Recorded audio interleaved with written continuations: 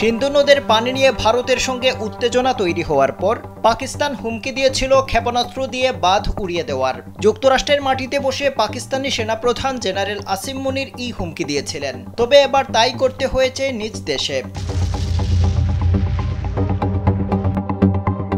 ভারী বৃষ্টিপাতের কারণে পানির তীব্র চাপ বৃদ্ধি পাওয়ায় পাকিস্তান কর্তৃপক্ষ দেশটির একটি বাঁধের পাশের তীররক্ষা বাঁধ উড়িয়ে দিয়েছে। বুধবার ওই তীররক্ষা বাঁধ উড়িয়ে দেওয়ায় বন্যার পানিতে বিশ্বের অন্যতম পবিত্র শিখ ধর্মীয় স্থান কর্তারপুর সাহিব তলিয়ে গেছে।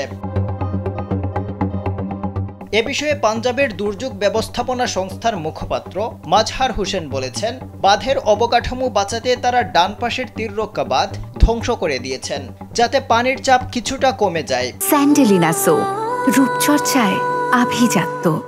ভারতে প্রবল বর্ষণের কারণে পাকিস্তানের পূর্বাঞ্চলের আন্তঃসীমান্ত ৩ নদী চেনাব, রাভি ও সুতলেজ নদীতে অস্বাভাবিকভাবে বন্যার পানি বৃদ্ধি পেয়েছে, যে কারণে পাকিস্তানের পাঞ্জাব প্রদেশ জুড়ে বন্যার উচ্চ সতর্কতা জারি করা হয়েছে। বন্যার ভয়াবহ পরিস্থিতির আশঙ্কায় নদীর তীরবর্তী এলাকা থেকে লাখ লাখ মানুষ ও গবাদি পশু সরিয়ে নেওয়ার কাজে সেনাবাহিনী মোতায়েন করা হয়েছে।